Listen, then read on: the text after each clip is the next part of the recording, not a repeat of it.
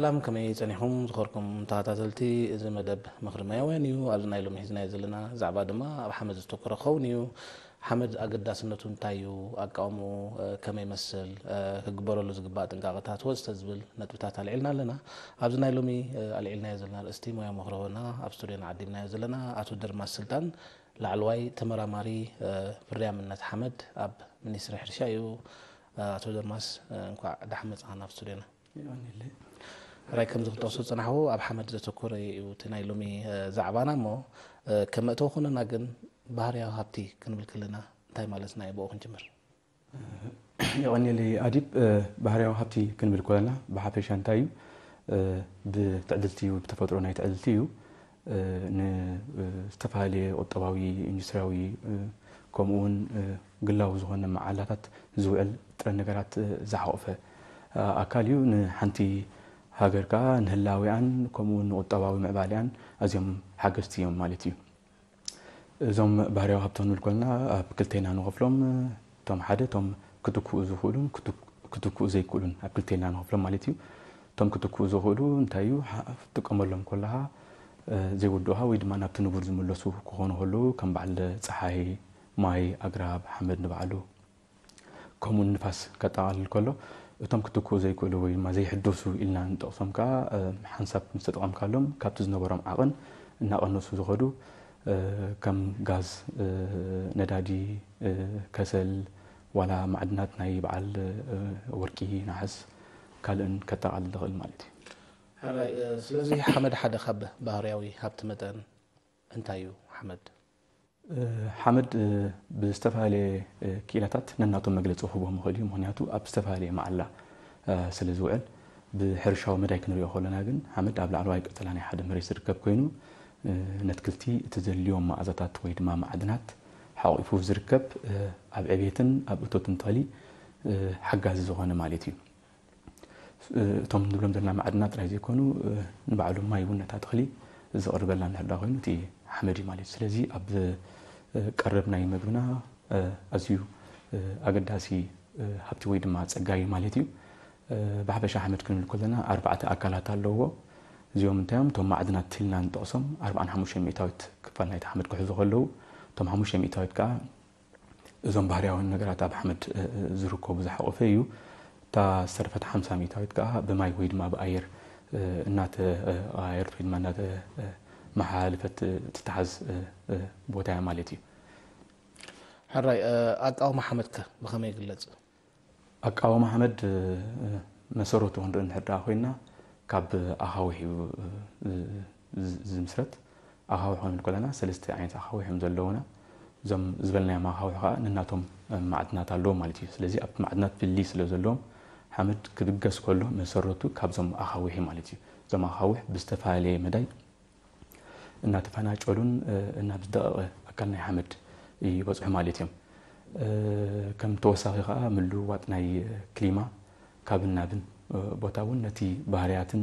طبيعتن حمد كم زلوت غبري نابنت ابرتو زناب زنبو بوتا زلو عين حمدن تحستون بحرياتن كابتي بزح زناب زي زنبو عينت بوتا زلو ناي تحسون ناي طبيعتن فللي ازيو بزيح مالتي كمون اب موت ويد مارسني كنمصو خلنا ابزح البوتا زلو عينت حمدن اب مو بوتا زلو عينت حمدن ببيني مالتي اذا خبل كله كابتي نايتوم عاوي حوز بكس معدنات مزي ملوات ناي كليما مالتي كابوتانا بوتا كليما سلازفاله مالتي اتتحستون بحرياتني حمدكا ناتفاله يخيد مالتي بالحريو صعب كونتات اكلت مالتي بحافشا اقرب كهونو هولو تومسني هوتاينا بمريض زلو خونو هولم سعر خونو الكال قطعتهم خونو خلي ስለዚህ ዚአቶም ካ ናይ ገዛ ርሶም ኣብቲ ባህሪያት ጠባያትና حمد ወላ ማዕሉ ኣብቲ ትሕስቶ ከም ዝፋላሊ ይገብሮ ማለት እዩ ንኣብነት ኣብ እኹል ኣግራብ ዘሎ ጫካ ዝሆነ ዝርከብ عينت حمد اب ሓደ ቀላጥ ቦታ ዘሎ عينت حمد ኣብ ትሕስቶን ኣብ ባህሪያትን በበይኑ ማለት እዩ ስለዚህ ኣብ ጽልዋለዎ ማለት እዩ ዚአቶም ክንብል ከለና ማለት እዩ ከም ራብዓይ ንጠቕሶ እቲ ቅርጽ መሬትናትና ማለት እዩ اب غلاغولن اب صداف بوتان زلو حمد اقاوم امهن ولا تحستهم በበይንዩ ማለት እዩ ኣብቲ ባህርያትን ኣብቲ ጠባያትን ናይቲ ኣሕመድ ካ ይፈላለዩ ማለት እዩ ከም ሓምሻይ ዝጥቀስ ግዜ ማለት እዩ ምክንያቱ ሓደ ሓመድ ክንብል ከለና ሙሉእ ቀጸላ ዘማእከለ ክኸውን ክኽእል ኣለዎ እዞም ቀጸላታት እዚኣቶም ካብቲ መብዛሕትኡ ግዜ ኣብ 6 እዮም ዝኽፈሉ ካብቲ ሂመስ ዝበሃል ወይ ድማ እቲ ዝለዓለ ብስበሳ ናይዞም ክንብሎም ፀሓና ኣትክልቲ ይኹኑ ካልኦት ነገራት ማለትም ዞም ባህርያውን ነገራት ዝሓቆፈ ኮይኑ ጸሊም ሕብሪ ዝሓዘ ኮይኑ ኣብቲ ላዕለዋይ ቀጸላ ዝርከብ ብኡ ኸ ናብ OABC ኢሉ ክሳብቲ ከውሒ መሰረት ናይቲ ፕሮፋይል ወይ ድማ ቀጸላታት ናይ ሓመድ ዝበፅሕ ነዚ ኩሉ ዘማእከለ እንድሕር ዳ ኮይኑ ጽቡቕ ዝማዕበለ ሓመድ ኢልና ክንፅውዖ ንኽእል ኢና ምክንያቱ ሓደ ብሓደ ቶም ቀጸላታት ከተለልዮም ስለ ትኽእል ማለት እዩ እዚ ኸ ኣብ ምንታይ ይውሰን ማለት እዩ ኣብቲ ግዜ ነዚ ኣቃውማ ናይ ሓመድ ዝወሰደ ማለት እዩ እቲ ሓደ ኸዓ እንታይ ክንብል ንኽእልና ኣብ ሓፂር ግዜ ሙሉእ ዝኾነ ቀጸላታት ዘይሰርዐ እንተኾይኑ ኸዓ ዘይማዕበለ ሓመድ ክንብል ንኽእል ነዞም ክንብሎም ፀሓና ቀጸላታት ከዓኒ ብምልኦም ከማልእ ኣይክእልን ማለት እዩ እዚኦም ተም ሓፈሻዊ በቲ ስነ ፍልጠት 5 ንኣቃውማ ሓመድ ዘማእክሉ ነቲ ናቱ ትሕዝቶን ባህርያትን ጠባያትን ካ ዝውስኑ እዮም ማለት እዩ ከም ሻሻይ እውን ክጥቀስ ዝኽእል ናትና ንጥፈታት ኣብ ሕርሻ ንገብሮ ድማ ካብቲ ዝነበረ ባህርያት ናይቲ ሓመድ ናብ ካልእ ጠባይን ባህርያትን ትሕዝቶን ከም ዝኸይድ ክንገብር ንኽእልና ማለት እዩ እዚ ክንሪኦ ንሕዳ ኮይና ንኣብነት ሓደ ንፉዕ ሓረስታይ ንግራቱ እቲ ዝድለ ድኹዒ እቲ ዝድለ ክንክን ኩሉ ክገብረላ ዝኽእል ንሕዳ ኮይኑ ካብቲ ኣቐዲሙ ድኹም ወይ ድማ ሕመቕ ዝበለ ጠባይ ወይ ድማ ባህሪ ዝነበሮ ወይ ድማ ትሕዝቶ ዝነበረ ሓመድ ናብ ኣዝዩ ዝሃብተመ ፍርያም እሞ ድማ ልዑል እቶት ክህብ ዝኽእል ሓመድ ክቕይር ይኽእል እዩ ስለዚ እንታይ ክኸውን ኣሎ ማለት እዩ ትሕዝቶ ይቕይር ኣሎ ብኡ መጠን ከዓ እቲ ባህርያትን ኣቃውምኡ ናይቲ ሓመድ ከዓ ይቕይር ስለዚ ብሓፈሻ ኣቃውማ ሓመድ ክፀሉ ዝኽእሉ እዞም 6 ክጠቕሶም ፀናሑ እዮም ማለት እዩ ጽቡቕ ሓመድ ከም ባህርያዊ ፀጋ ሂወት ኣለዎ ንብል ኢና ስለምንታይ እጂ መብዛሕትኡ ግዜ እንታይ እዩ ሓመድ ሂወት ኢና ንብል ምክንያቱ ሓመድ ከም ፀጋ እንድሕር ኢናዮ ድሕሪ ማይ ኣብ ካልኣይ ደረጃ ይስራዕ ማለት እዩ እዚ ዝኾነሉ ምክንያት እንድሕር ዳ ክንጠቅስ ኮይና 95% ካብ ጠቕላላ ዝፈሪ መግቢ ኣብ ሓመድ እዩ ዝምርኮስ ማለት እዩ ካልእ ድማ ብዓይንና ክንሪኦም ዘይንኽእልን ብዓይንና ክንሪኦም ንኽእልን ኣዝዮም ብዙሓት ሂወታውያን ዝሓቆፈ እዩ ንኣብነት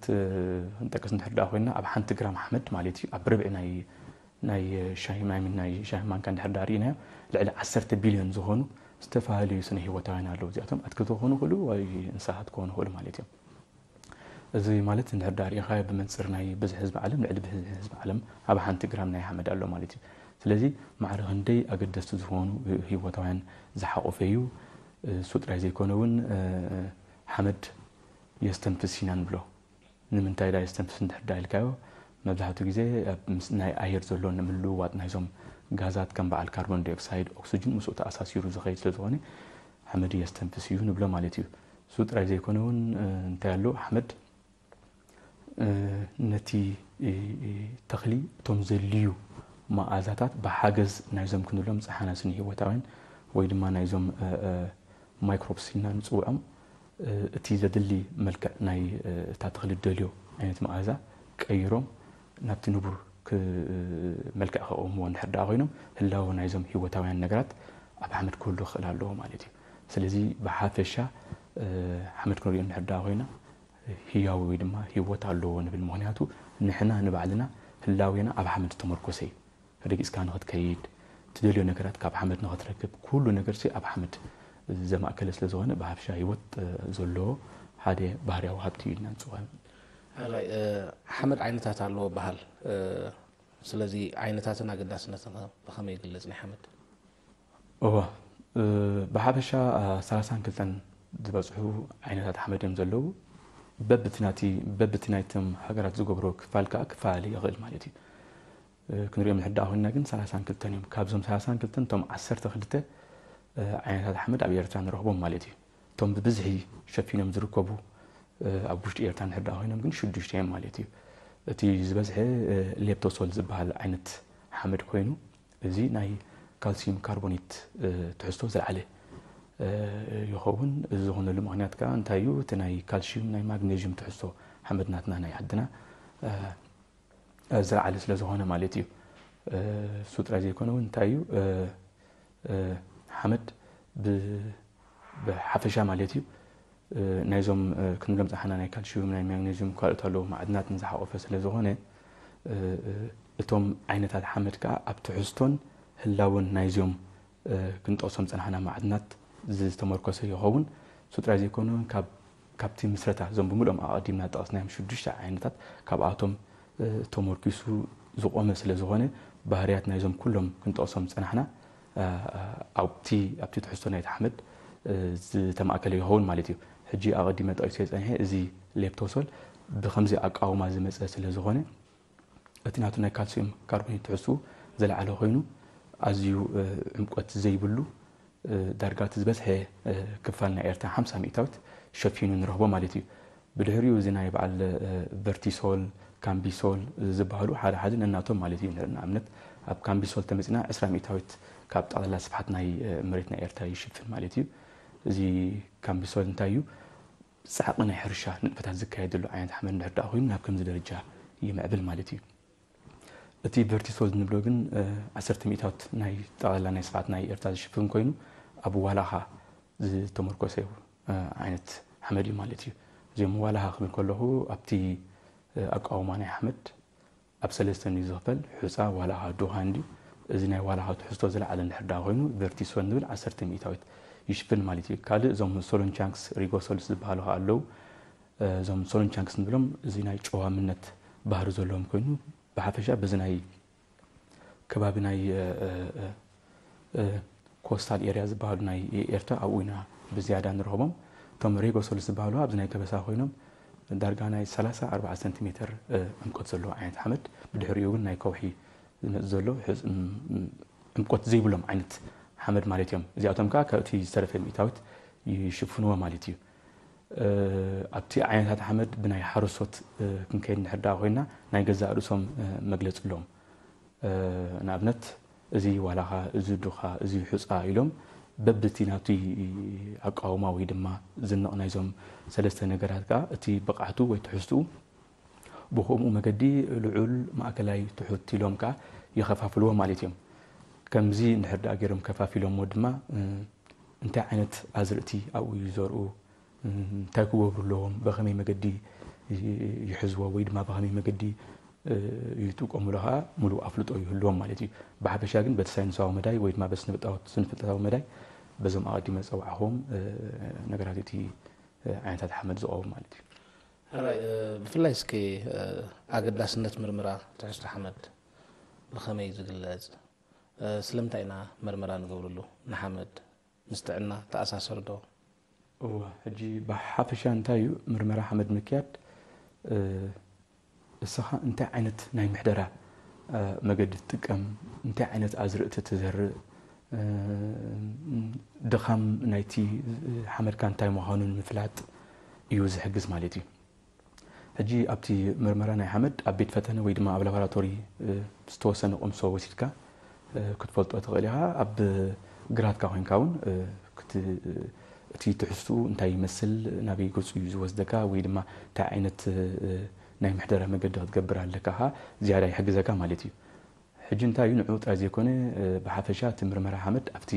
ምሕደራ ናይ መሬትካ ይጠቕመካ ትሕዝቶ ናይ ሓመድካ ኣብቶም መኣዛታት ወይ ድማ እዞም ማዕድናት ንተኽሊ ዘገልግሉ ንዕኦም መገምገሚ ክኾነካ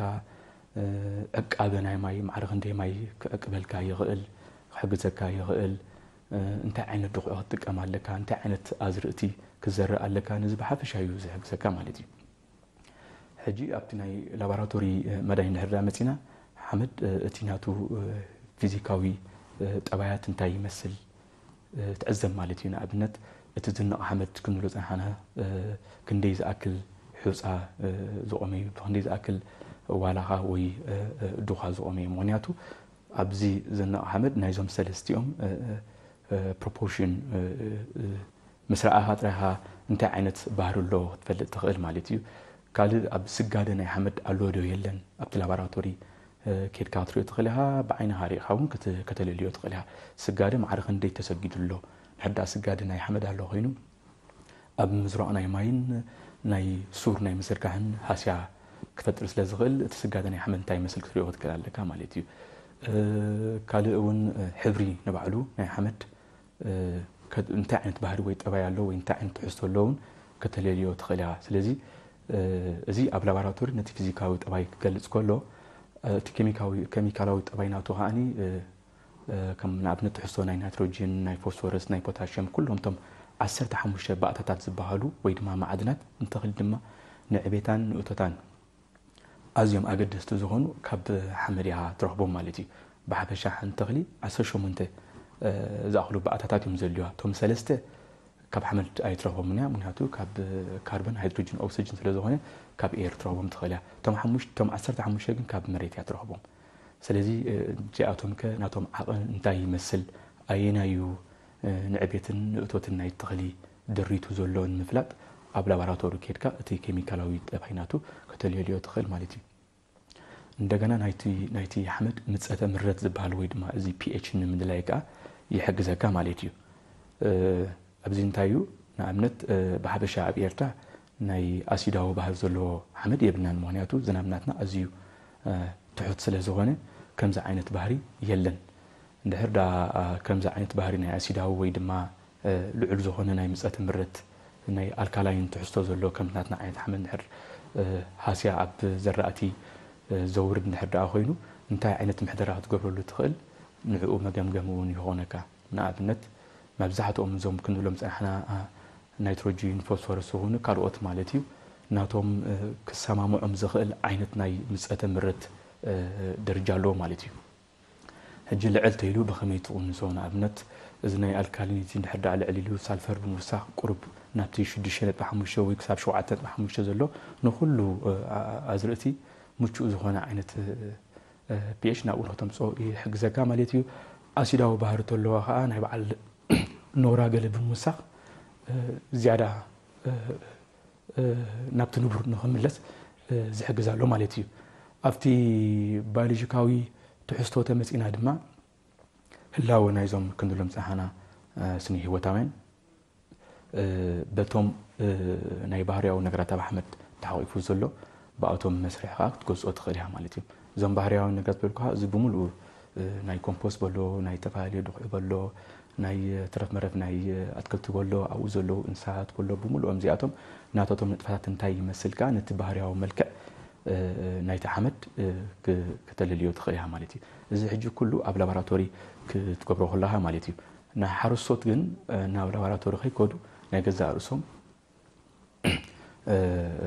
كلليلو زغلو ወይ ድማ ፈተና ካይድሉ ዝغሉ መገድታት አሎ ንኣብነት እንድሕር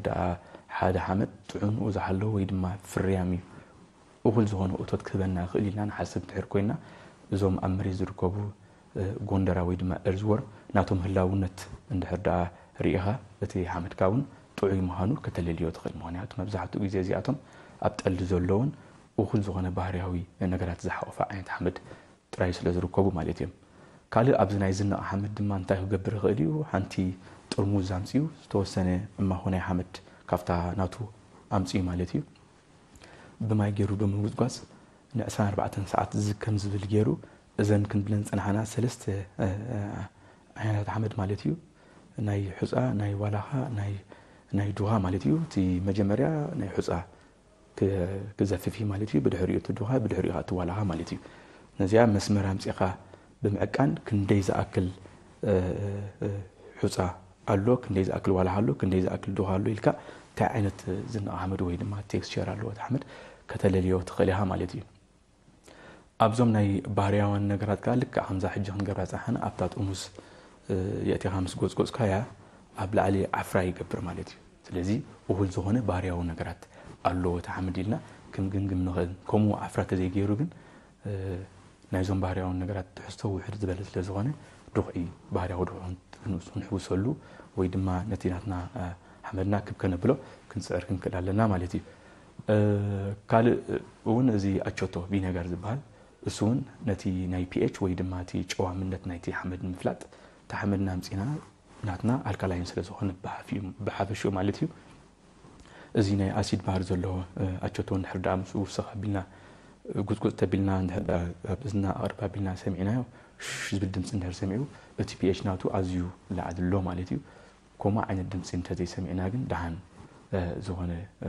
ስለ ዘለዎ ፀገም ዝበሃል ብከምዚ መገድታት ናብ ላቦራቶሪ ወይ ድማ ናብ ካልእ ከይከድካ መሰረታዊ ዝኾነ ትዕዝብቲ ናይቲ ሓረሳይ በዚኦም ክኸይድ ይኽእል እዩ ኣብ ክንዲ ናብዚኣቶም ግን ብሓፈሻቲ መመርመሪ ወይ ድማ ንሶም ትዕዝብቲ ክወስድሉ ዝግብኦም ኣብቲ ኣቁፅልቲ ዝርአ ተፈላለየ ሕብርታት ድኽመት ናይዞም ክንብሎም ጣሓና ማዕድናት ኣብቲ ቆፅሊ ናይቶም ተኸዲ ስለ ዝርአ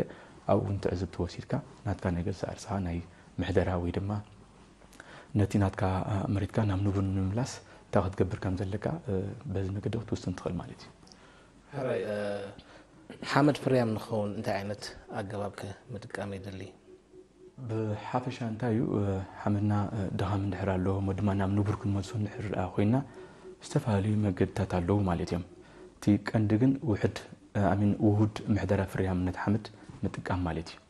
እዚ እንታይ እዩ ሕፅረት ናይዞም መኣዛታት ወይ ድማ ማዕድናት እንድሕር ኣሎ ድኹዒ ክትከድ ኣለካ ማለት እዩ ባህርያዊ ድኹዒ ቀመማዊ ድኹዒ ከዓ ብመጠኑ ማለት እዩ መብዛሕትኡ ግዜ ግን እቲ ቀመማዊ ድኹዒ ይኹን እቲ ቀመማዊ ዝኾነ ፀረ ባልዓት እንተዘይ ተጠቒምና ወይ ተመራፂ እዩ ምክንያቱ ነዞም ክንብሎም ፅራሕና ንሓመድ ህያው ዝገብሮ ሂወታውያን ንዕኦም ሃስያ ስለ ዘውርደሎም ብዝያዳ ኣብቲ ባህርያዊ ድኹዒ ነቲ ሕፅረት ናይዞም ማዕድናት ንምትካእ ክወሃብ ይግብኦ ማለት እዩ ብድሕሪኡ ዝመፅእ ናይ ምዕቃብ ማይን ሓመድን ምክንያቱ ምክልኻል ናይ ፍግረ መሬት ኣዝዩ ወሳኒ እዩ ምዕቃብ ማይን ሓመድን ሓደ ኣካል ናት እዩ ምስ ምክርራብ ተኣሳሲሩ ተኸይዱ ከዓ ዝበለፀ ይኸውን ማለት እዩ ካልእ ዓይነት መገዲ እውን ኣሎ እንታይ እዩ ንሱ ምዝውዋር ዝራእቲ ምግባር ማለት እዩ ንኣብነት ምስዞም ጥረታት ምስ ዞም ኣካል ምስኣቶም እናተዘዋወርካ ምዝራእ እውን ናብ ንቡር ክትመልሶ ትኽእል ኢኻ ማለት እዩ እንታይ እዚ በቲ ትሕዝቶቶም ኣቐዲሞም በታ ተኽሊ ዝተወስዱ ማዕድናት በቶም ናይቶም ጥረታት ከዓኒ ንኣብነት ከም በዓል ናይትሮጅን ናብ ንቡር ንክትመልሶ እንድሕር ዳ ኮይንካ ናይዞም ጥረታት ምዝራእኻ የገድሰካ ማለት እዩ እዚ ሓደ ኣካል ናት እዩ ከምዚ ኩሉ ሓረሳይ ናትና ዝገብሮ ከዓ ንዝተወሰነ ግዜ ፅግዒ ምግዳፍ ማለት እዩ ከይ ተኽልካ ንተወሰነ ግዜ ምግዳፍ ከዓ ብባህሪ ናብቲ ዝነበሮ ትሕዝቶ ወይ ድማ ናብቲ ኣቐዲሙ ዝነበረ ኩነታት ግዜ ወሲዱ እቶም ማዕድናት ተዳልዮም ነታ ተኽሊ ቁርባት ንክኾኑ ከዓ ዕረፍቲ ደሂብካዮ ናብቲ ፍርያምነቱ ትሕልወሉላኻ ማለት እዩ ካልእ እዚ ብሓባር ንኣብነት ክልተ ዓይነት ኣዝርእቲ ብሓንሳብ ምዝራእ መሸላ ምስ ባሎንጋ ወይ ድማ ስርናይ ስገም ከምኡ እናገበርካ ክልተ ዓይነት ኣዝርእቲ ምዝራእ እውን ኣካል ናይዚ ክንብሎ ጣሓና ምሕደራ ናይ ሓመድ ናይ ፍርያምነት ሓመድ ማለት እዩ ከም ተወሳኺ ኣብቲ ናይ ግዜ ናይ ኣዛራ ኣበይ ናይ ግዜ እንታይ ዓይነት ዘርኢ ትዘርእ ርሕቐት ወይ ድማ ኣብ መንጎቶም ንዘርኦም ኣዝርእቲ ርሕቐት ሓሊኻ ምዝራእ ግቡእ ዝኾነ ናይ ፀሃያይ ምሕደራ ምክያድ ምውጋድ እስከም ዝኣቐድና ንፀናሕና ናይ ቀመማዊ ፀረ ባዕሊ ይኹን ቀመማዊ ድኹዒ ዋላ ኣይትወገድ ግን ቁርብ ቅንስ ተብሎ ማለት እዩ ዝተፈላለየ ዓይነት ኣሎ ማለት እዩ እዚ ብውሁድ ምሕደራ ነቲ ናትካ ፍርያምነት ናብ ንቡር ንምምላስ ክሕግዘካ ይኽእል ማለት እዩ እዚኦም ኩሎም ኣገባባት ናይ ምሕደራ ፍርያምነት ሓመድ እዮም ማለት እዩ ሕራይ ጥዕና ሓመድ ምናልባት ምስላቕ ኣቐዲማት ፀናሕት ክትኣሳሰር ትኽእል እያ ደርማስ ጥዕና ሓመድ ብኸመይ ክንሕልዎ ይግባእ ብፍላይ ኣብ ኣጠቓቕማ ድኹዒ ዝበልካዮ ቀመማዊ ተዘይወግድ ናይ ምረፅ ንኢልካ ብፍላይ ሕጂ ሎሚ ባህርያዊ ድኹዒ እዚ ኮምፖስት ዝበሃል መፅእ ኣሎ ምስኡ ተኣሳሲርካ እንታይ ምበልካ ሕጂ እንታይ እዩ ኩሉ ግዜ ጥዕንኡ ዝሓለወ ሓመድ ኣለና ክንብል እንድሕር ዳ ኮይና እቶም ኣቐዲምና ክንገልፆም ዝፀናሕና ቀፀላታት ናይ ሓመድ 6 ክህልው ይኽእሉ ኣለዎም ማለት እዮም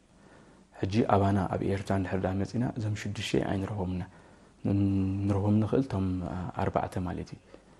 ሕጂ እንታይ እዩ እዚ ሓደ ብዝሒ ዝናብ የብልናን ብዝሒ ኣግራብ ወይ ድማ ኣውፅልቲ ከዓ يبلنا مالتيهم تايزي እዚኦም ክንብሎም ጣሕና ኣውፅልቲ ኣብ ሓመድና ወይ ድማ ኣብ መሬትና ተተኺሎም እንተለው እቲ ዝወደቕ ቆፅለ መፅሊ ይኹን ኣብ ዝተርፍ ምስቲ ዝያዳ ናይ ማይን ናይ ሙቐትን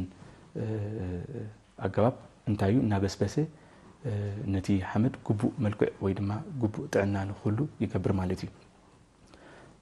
ምስ ናይ ድኹዒ ከነወዳድሮ ኣሚን ከነገናዝቦ እንድሕር ደኣ ኮይና እዞም ንሓመድ ኣዝዮም ኣገደስቲ ዝበሃሉ ስነ ህይወታውያን ማለት እዩ ንዕኦም ዘድሊ መግቢ እዚ ባህርያዊ ድኹዒ እምበር ቀመማዊ ድኹዒ ይኮነን ቀመማዊ ድኹዒ ልክዕኡ ነታ ተኽሊ እቲ ዘልያ መኣዛ ወይ ድማ ዘልያ መልክዕ